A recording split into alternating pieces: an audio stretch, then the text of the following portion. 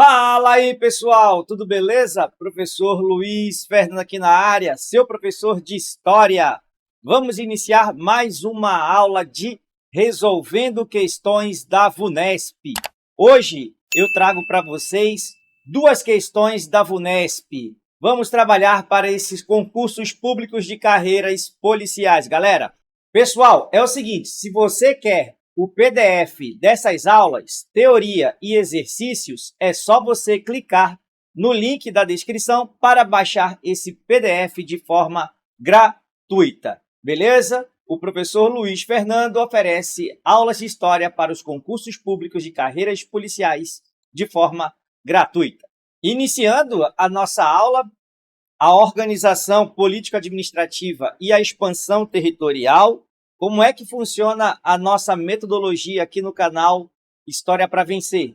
A gente lê a questão, a gente faz um pouco de teoria e, no final, a gente gabarita a questão. Tranquilos? Hoje, como eu falei, duas questões, tá, galera? Vamos que vamos aqui, vamos trabalhar.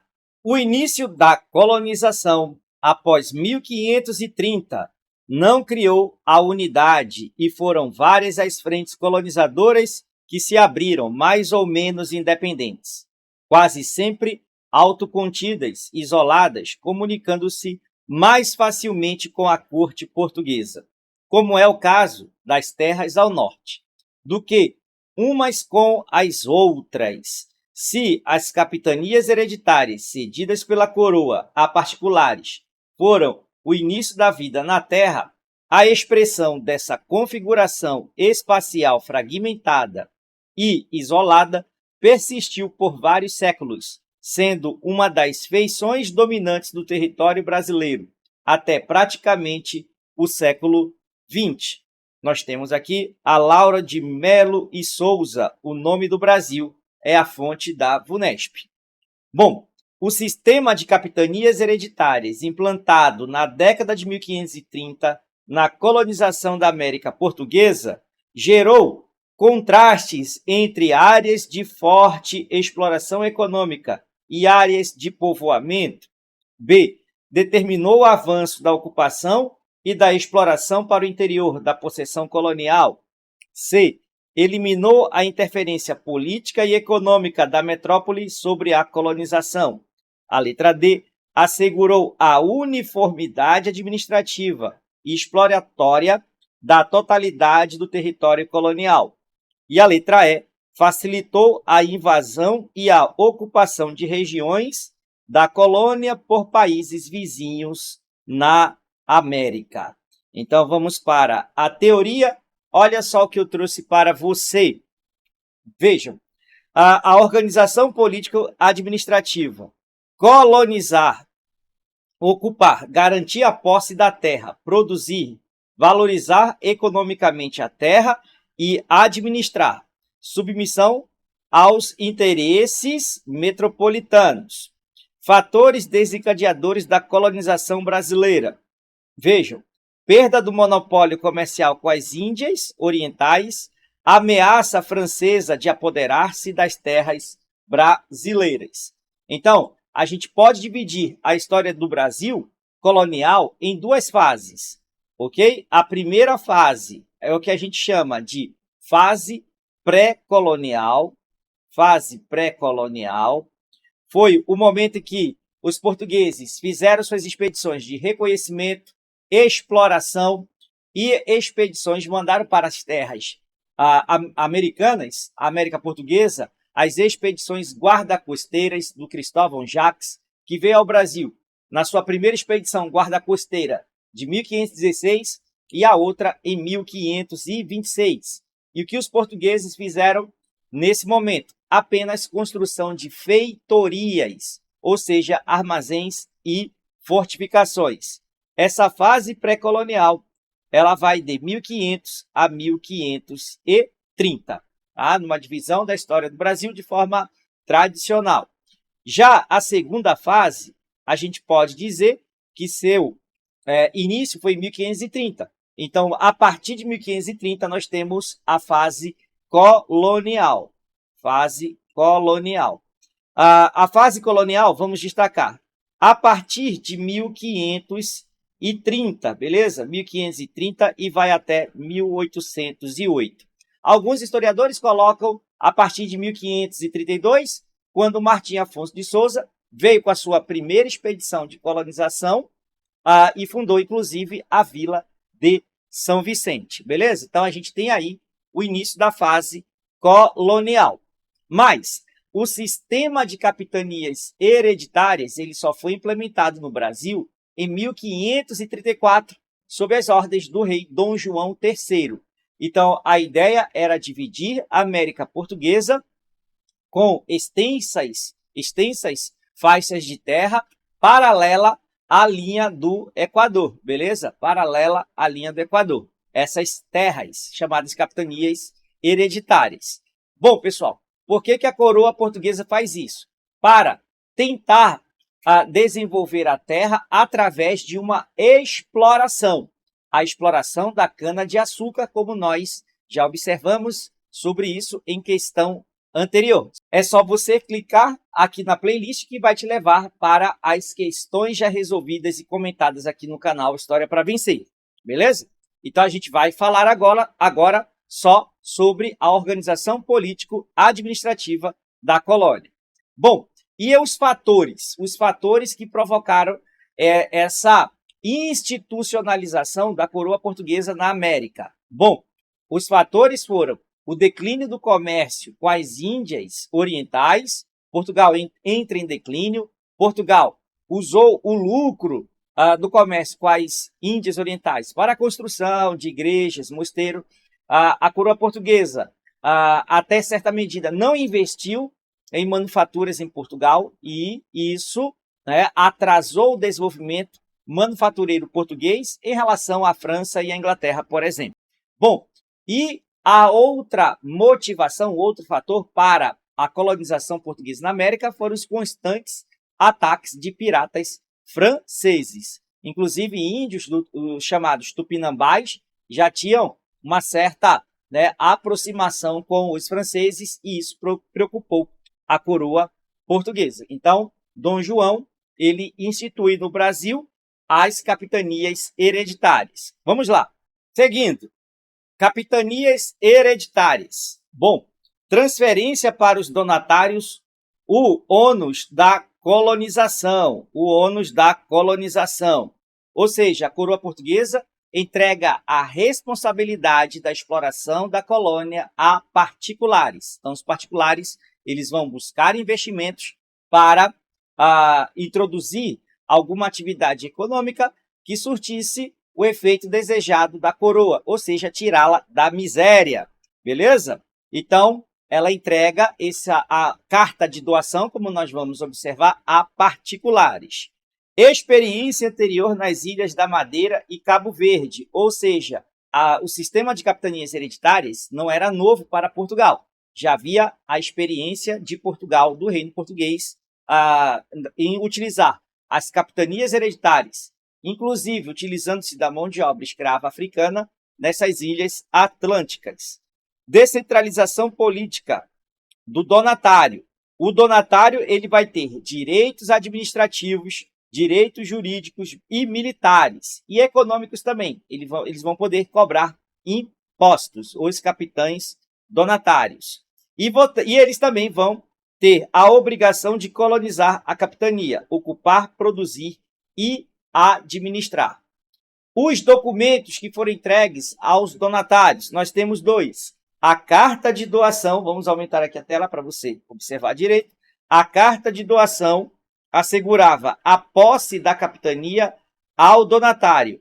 Então, o donatário ele não tinha o direito da propriedade. Ou seja, ele não era proprietário da terra, ele só tinha a posse e o direito de explorá-la. E o outro documento é o foral, ou carta foral, um código tributário, direitos e deveres dos donatários, e os donatários tinham o direito de doar sesmarias, ou seja, imensos lotes de terra. imensos, ou os latifúndios, tá, pessoal? Imensos lotes de terra. Então, eles doavam esses imensos lotes de terras para as pessoas de sua confiança. Outro direito dos donatários era o direito de fundar vilas, receber a redízima, de doar terras às Seis Marias, por exemplo, de cobrar impostos sobre salinas e moendas e engenhos, e podia receber também a vintena, ou seja, era 5% do valor arrecadado sobre a exploração do pau-brasil e a pesca. Tranquilos? Bom, mas, introduzido o sistema de capitanias hereditárias, aos olhos da coroa portuguesa, as capitanias fracassaram. Ou seja, eram 15 lotes de terra, 12 donatarias. Só 2 prosperaram, na visão clássica, né, pessoal? Já conversamos sobre isso. Naquela visão tradicional, da história tradicional, as capitanias que prosperaram foram Pernambuco e São Vicente. Porém, no final do século XVI, a capitania de São Vicente entra em declínio e as capitanias nordestinas, elas se sobressaem, principalmente Pernambuco e Bahia. Ok? Então, tem que tomar cuidado com essa informação, porque a VUNESP, ela não é uma banca que faz pegadinha, né? A VUNESP é uma banca séria. Porém, os textos base que elas utilizam talvez não seja aquela informação que você está acostumado a estudar em apostilas, em livros do ensino fundamental, em livros do ensino médio. Então, numa visão mais recente, a gente tem esse costume de afirmar que as capitanias que prosperaram foram as capitanias nordestinas. Isso a gente está falando aqui para os nossos estudos para a banca VUNESP. Naquelas bancas mais tradicionais, quais capitanias que prosperaram? Pernambuco e São Vicente. Beleza? Mas com a banca VUNESP, a gente sempre dá aquele passo atrás, tá? Para se preparar aí no texto base que ela informar para a gente no dia do nosso concurso. Tranquilo? Então, vamos lá. Devido a esse fracasso, aos olhos da coroa, ou seja, apenas 2 prosperaram, certo? A coroa portuguesa queria mais e mais, cara. Queria mais arrecadação fiscal. Exploração contribui com o pagamento de impostos, o quinto de tudo que era produzido no Brasil, né? Tudo que era extraído do Brasil, tinha que se pagar esse quinto à coroa portuguesa, beleza? Então, a cana-de-açúcar não deu certo em algumas capitanias, devido ao quê? Como a gente viu no texto base da questão. A distância, né? Ele fala ali sobre a questão da comunicação entre as capitanias era muito precário, certo? Entre as capitanias era muito precário. Por exemplo, o padre Manuel da Nóbrega, o jesuíta, que morou em São Vicente, ele alegava que era mais fácil um navio de Portugal chegar em São Vicente com informações sobre o que estava acontecendo do que o navio que saísse da Bahia, a capitania da Bahia, até São Vicente. Então, ele reclamava muito dessa ausência de comunicação entre a capitania e os políticos, né, as lideranças administrativas portuguesas na América e também, de certa forma, em Portugal. Então, para solucionar esse problema da ausência de um aparato político-administrativo português na colônia, por que, professor, existia isso? Porque foram dados amplos direitos e poderes aos donatários, como nós observamos antes. Então, a coroa portuguesa, em 1548, institui o sistema de governo geral. Beleza? Então, vamos que vamos. Aqui nós temos as capitanias hereditárias representadas aí no nosso mapa. Nós temos a visão mais recente da divisão das capitanias. Vejo que as capitanias do extremo norte, tá, pessoal? Não existia esse termo nordeste como nós usamos hoje. Eles dividiam a colônia, né, em 2 regiões. As colônias do norte e as colônias do sul. Né? As capitanias do norte, como queiram, capitanias do sul. Então, você tem aí só, né, uma divisão política-administrativa das capitanias, de uma visão mais recente, e a outra aqui, né, do meu lado aqui, ó, aqui do lado, tá, você tem aqui as capitanias daquela visão mais tradicionalista. Tranquilos? Então, vamos aqui para a outra informação, o sistema de governo geral. Então vamos lá. Por que da instalação do governo geral na América Portuguesa? Com o fracasso das capitanias, a coroa viu a necessidade de centralizar o poder na colônia. Assim, em 1548, foi criado o governo geral. O documento se chamava, né, o Regimento de Tomé de Sousa, ou a Carta Régia de 1548. Vamos lá, o primeiro governador-geral foi Tomé de Sousa. Em 1549, quando ele chega no Brasil, ele fundou Salvador, a primeira capital do Brasil. Ações do governo: incentivo à instalação de engenhos, reforço do controle social sobre os indígenas, combate ao comércio ilegal, contrabando de pau-brasil, por exemplo, aumento das rendas da coroa.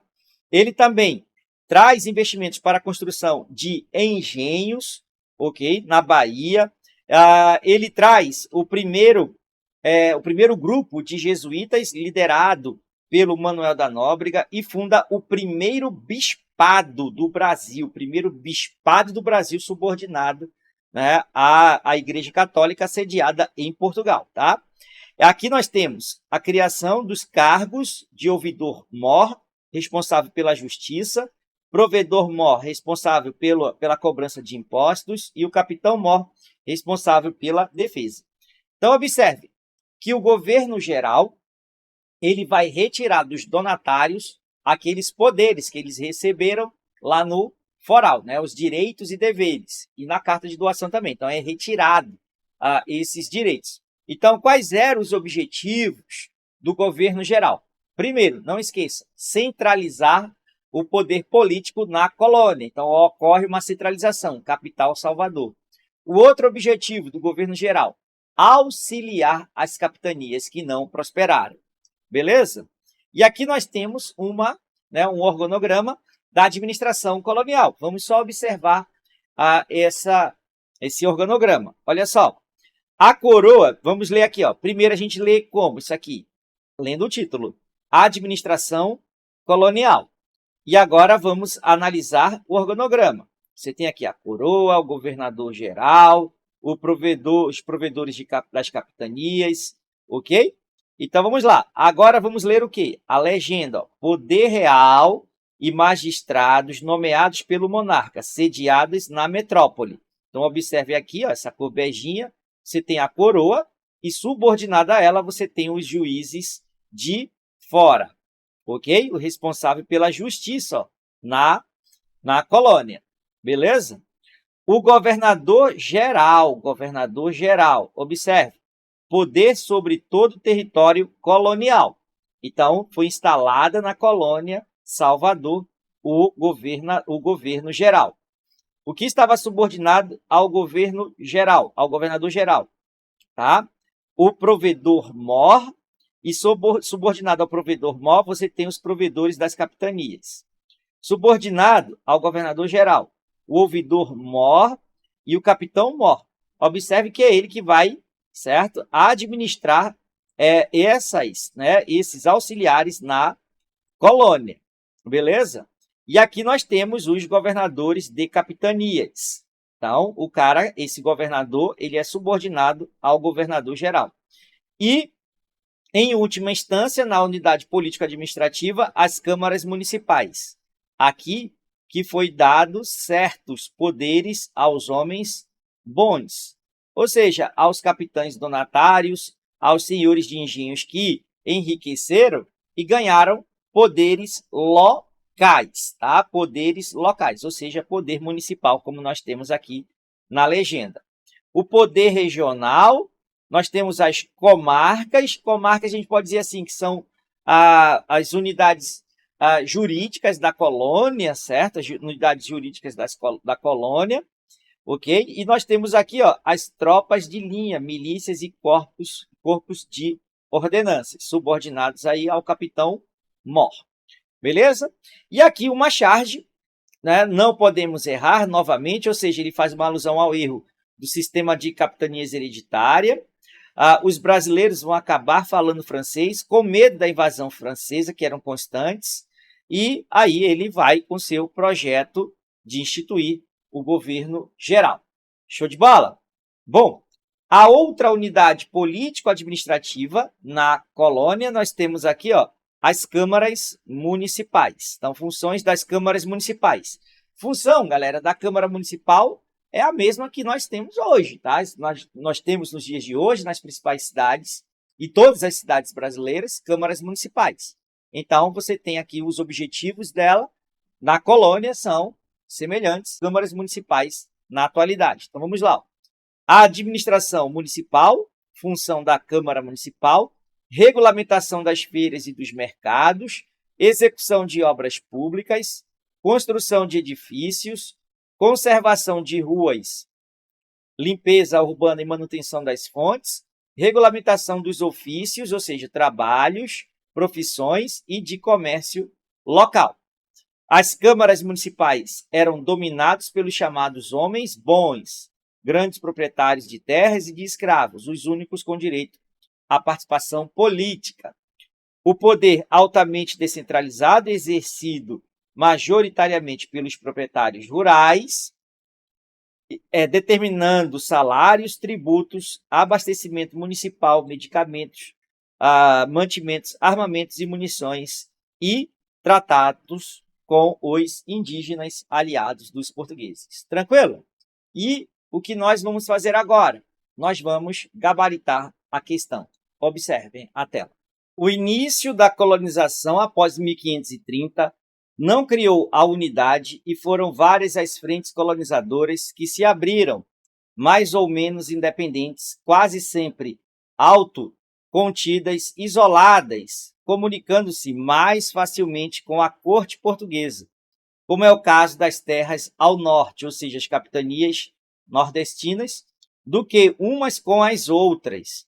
Se as capitanias hereditárias cedidas pela coroa a particulares foram o início da vida na Terra, a expressão dessa configuração espacial fragmentada e isolada persistiu por vários séculos, sendo uma das feições dominantes do território brasileiro até praticamente o século XX. O sistema de capitanias hereditárias implantado na década de 1530 na colonização da América Portuguesa gerou contrastes entre áreas de forte exploração econômica e áreas de povoamento. Ok? Na letra B, a resposta é a letra A. Na letra B diz, determinou o avanço da ocupação e da exploração para o interior da possessão colonial. Não. Eliminou a interferência política e econômica da metrópole sobre a colonização. Não. Assegurou a uniformidade administrativa e exploratória da totalidade do território colonial? Também não. E a letra E, facilitou a invasão e ocupação de regiões da colônia por países vizinhos na América. Então, tudo fora de contexto. Vamos lá. Gerou contrastes entre as áreas de forte exploração econômica e as áreas de povoamento. Justificando, a letra A é porque a forte exploração econômica se deu mais no litoral, pessoal, no litoral, na plantação da cana-de-açúcar ou, por exemplo, a extração do pau-brasil, que na fase colonial ainda continuaram explorando o pau-brasil, com menor intensidade do que no período pré-colonial. E as áreas interioranas, ou nas áreas dos sertões, foram pouco povoadas. Agora sim, pessoal, mais uma questão hoje, na aula de hoje, duas questões de História do Brasil, expansão territorial, estamos seguindo o edital da Barro Branco, né, cuja banca é a VUNESP, carreiras policiais, e aqui nós temos a questão. Na formação do território brasileiro nos séculos 17 e 18, as atividades econômicas da pecuária e da mineração foram responsáveis pela construção de feitorias no litoral, conquista dos sertões, grilagem de terras, elaboração de políticas aduaneiras e a realocação espacial das agroindústrias. E olha só o que nós temos aqui. Nós temos a União Ibérica ou União Peninsular, galera, que foi de 1580 a 1640. Então, o que se deu essa União Ibérica? Bom, Em 1578 ocorreu a morte de um rei de Portugal, Dom Sebastião, morreu na Batalha de Alcácer Quibir. A sua morte provocou uma crise de sucessão, mas assumiu seu tio-avô, chamado cardeal Dom Henrique. O cardeal Dom Henrique governou Portugal de 1578 a 1580. Por ser de certa idade e doente, ele veio a falecer em 1580, provocando uma nova crise de sucessão em Portugal. E aí o que acontece?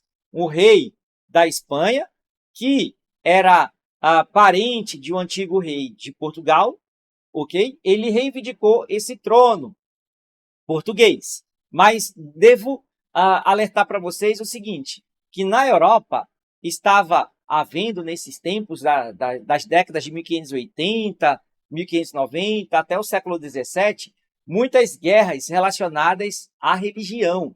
A Reforma Protestante, iniciada lá em 1517, no Sacro Império Romano Germânico, ela provocou, essa reforma provoca a reação da Igreja Católica e também de alguns reinos católicos que apoiavam Roma, né, que apoiavam a Igreja Católica Romana, cuja liderança maior é o Papa, ok? E a Espanha, que era administrada pela família dos Habsburgo, ou Habsburgo, ela, como forte defensora da cristandade católica, tá, estava em volta dessas guerras, desses conflitos na Europa para combater o avanço do protestantismo. Então, com a ausência de um rei em Portugal, o próprio Papa de Roma apoiou a União Ibérica, no qual Felipe II, da dinastia dos Habsburgos da Espanha, ele, com o apoio do Papa, invadiu Portugal, ele subornou a nobreza portuguesa para aceitá-lo como rei, e aí ele conquista o trono português, com o título de Filipe I. Então, você tem aí a União Ibérica. Você tem um rei espanhol administrando a coroa espanhola e portuguesa. Beleza? Bom, essa União Ibérica ela foi até 1640. Só em 1640 que o Duque de Bragança,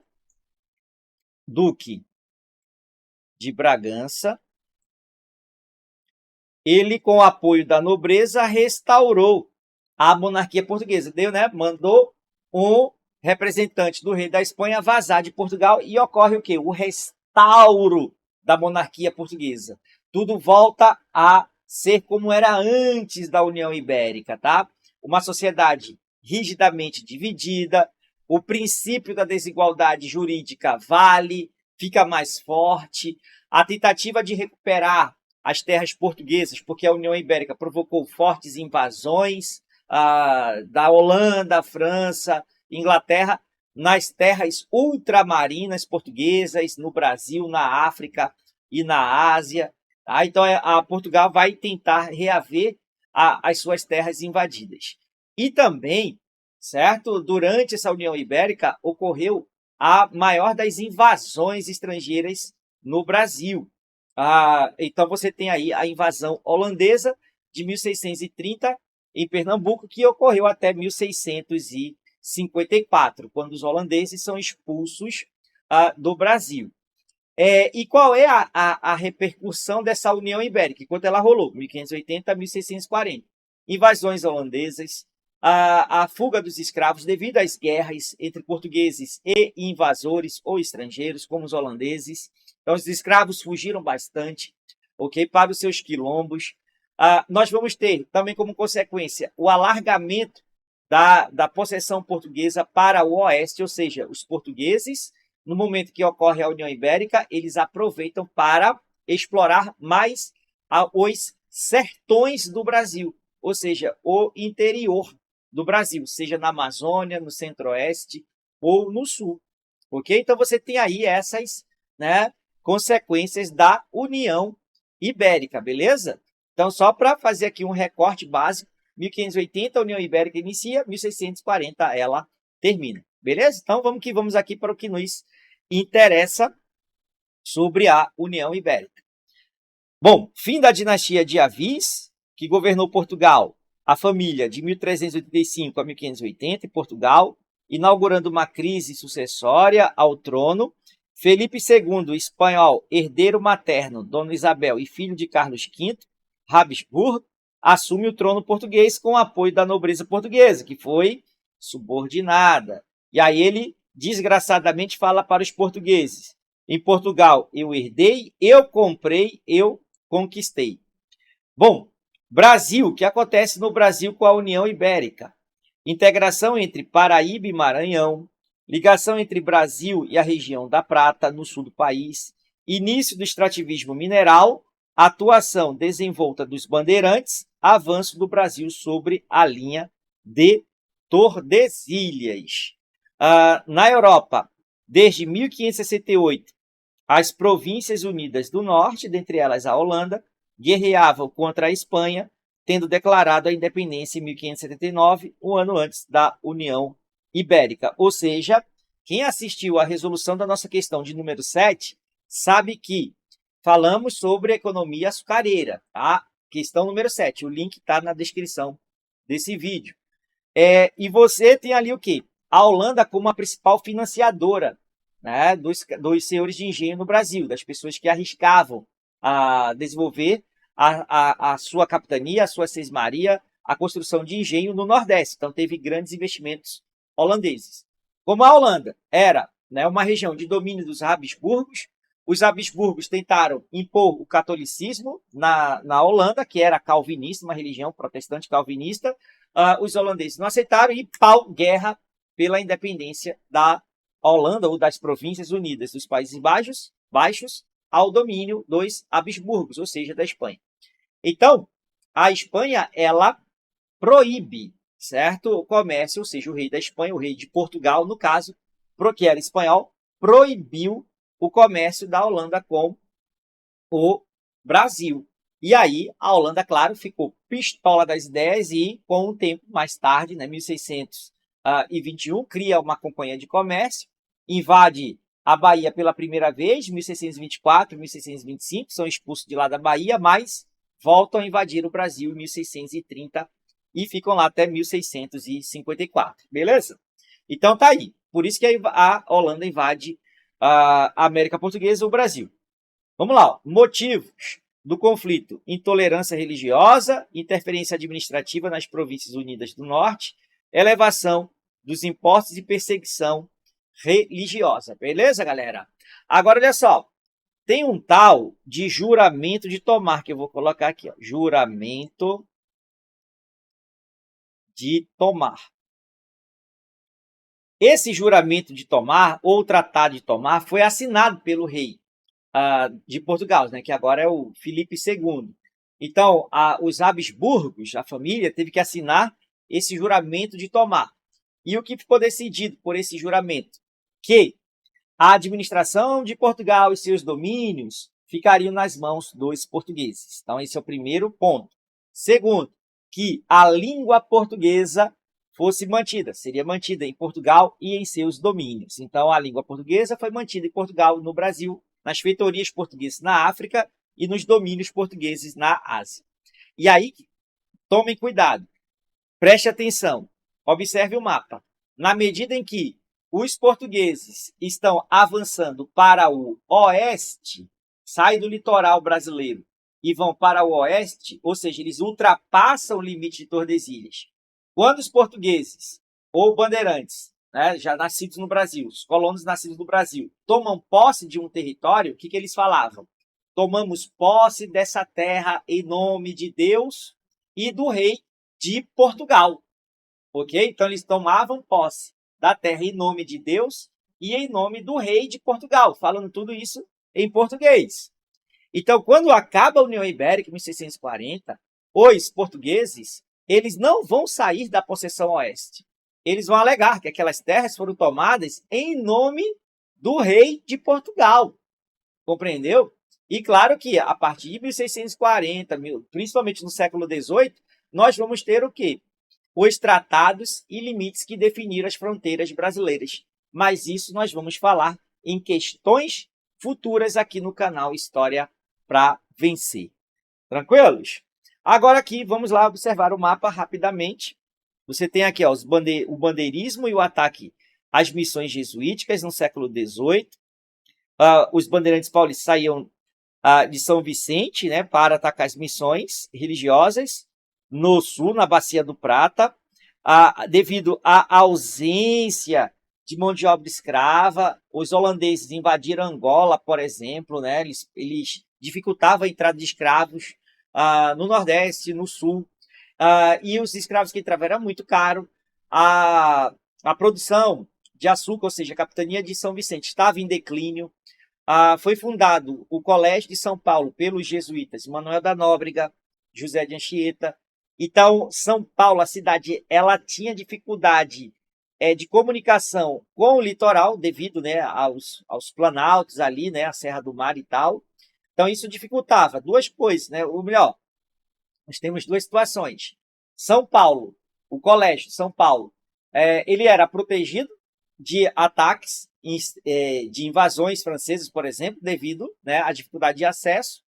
E outra coisa que facilitou a eles encontrarem metais preciosos era, né, os rios, principalmente o Tietê, no qual eles iam com as suas monções embarcando para o oeste à procura de metais preciosos e indígenas para escravizar. Ok? Então, observem aí no mapa, vamos aumentar aqui o mapa dessas expedições. Olha o mapa, ó, bandeirismo e o ataque às missões do século XVIII. Nós temos aí as missões, expedições de resgate, apresamento indígena e tal. Ok?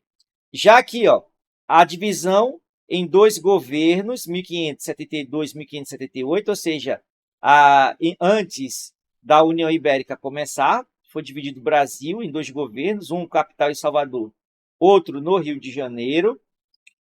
Porém, em 1621, observe o mapa, durante a União Ibérica, 1621, foi criado dois estados do Brasil.